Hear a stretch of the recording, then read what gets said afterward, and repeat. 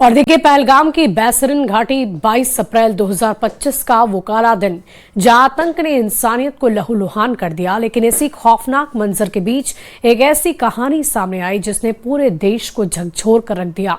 अनंतनाग के एक आम पोनी हैंडलर आदिल हुसैन शाह, जिन्होंने गोलियों की बौछार के बीच भी सैलानियों को बचाने का साहस दिखाया, अपनी जान की परवाह किए बगैर दूसरों की जिंदगी को प्राथमिकता दी और अपनी जान को दांव पर लगा दिया।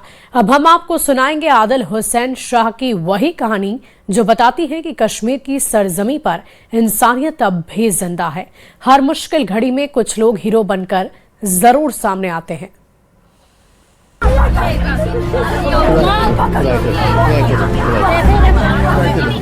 आदिल की बहुत सारे यादें आ रही हैं, उसकी आवाज़ें गूंज रही हैं। याद आती है आदिल भैया की। ये कहानी है जज्बे की, ये कहानी है हौसले की, ये कहानी है सबसे बड़े बलिदान की। ये कहानी उस इंसान की है जिसने खौफ के साए में भी इंसानियत का दामन नहीं छोड़ा। जब चारों तरफ गोलियों की आवाज थी, लोग अपनी जान बचाने के लिए भाग रहे थे, उस वक्त उसने दूसरों को बचाने का फैसला किया। हर कदम पर मौत का खतरा था, लेकिन उसके इरादे उससे भी मजबूत।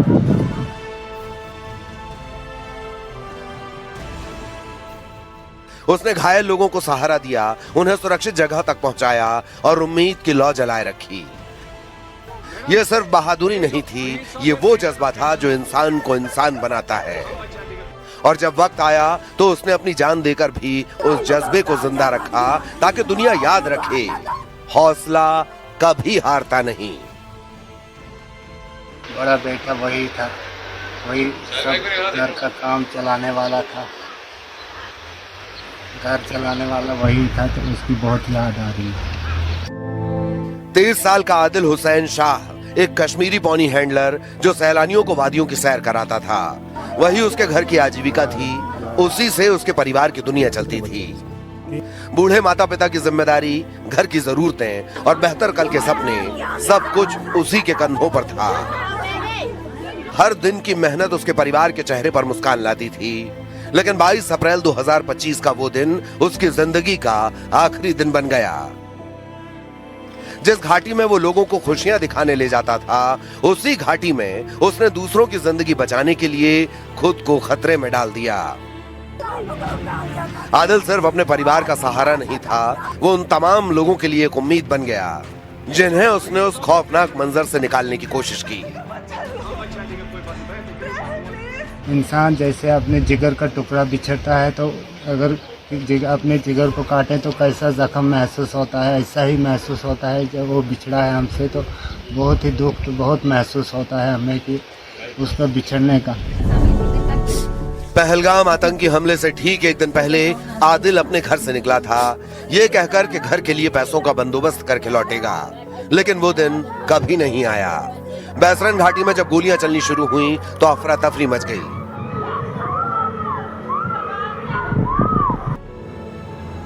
ऐसे वक्त में आदिल ने खुद को छुपाने के बजाय लोगों को बचाने का रास्ता चुना। बताया जाता है कि उसने आतंकियों के सामने खड़े होकर बेगुनाहों को छोड़ने की गुहार लगाई। हालात इतने खतरनाक थे कि उसने एक आतंकी की बंदूक पकड़कर उसे रोकने की भी कोशिश की, ताकि और लोगों की जान बचाई जा सके। इसी हिम्मत की कीमत आदिल हुसैन शाह को अपनी जान देकर चुकानी पड़ी। यही वजह है कि भले ही आदिल अब इस दुनिया में नहीं है, लेकिन उसके बलिदान की कहानी पूरे परिवार के लिए फख्र का सबब है। बहुत याद आ रही है कि उसने बहुत सारे लोग, वहाँ पे हजारों लोग थे, उनकी जानें बचाई, और जो 26 लोग वहाँ पे शहीद हो गए, उनके बदले में अपनी जान दे दी, अपनी जान की परवाह नहीं की। तो इससे तो फख्र ही महसूस होता है कि आदिल ने भी अपनी जान और अपने मुल्क और अपने मुल्क के लोगों के लिए दी। पहलगाम हमले के साल भर बाद आदिल की सिर्फ यादें ही नहीं, बल्कि उनकी कमी हर दिन महसूस की जाती है। उनका घर अब भी उसी सन्नाटे में डूबा है जहां कभी उनकी हंसी और जिम्मेदारियों की आहट हुआ करती थी। बूढ़े पिता सैयद हैदर शाह आज भी बीमार हैं, लेकिन अब दवाइयां लाने वाला बेटा नहीं है।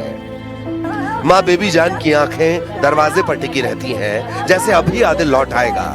जबकि छोटे भाई और बहनें अब भी उस सहारे को याद करते हैं जो हमेशा उनके साथ खड़ा रहता था। रोज की छोटी छोटी जरूरतें अब बड़ी मुश्किल बन चुकी हैं, लेकिन इन मुश्किलों के बीच एक गर्व भी जिंदा है। ये गर्व उस बेटे पर है जिसने अपने परिवार से पहले इंसानियत को चुना। हमें उसकी बहुत याद आती है, और जो बाकी लोग गुजर गए थे उनकी भी हमें ये सब है।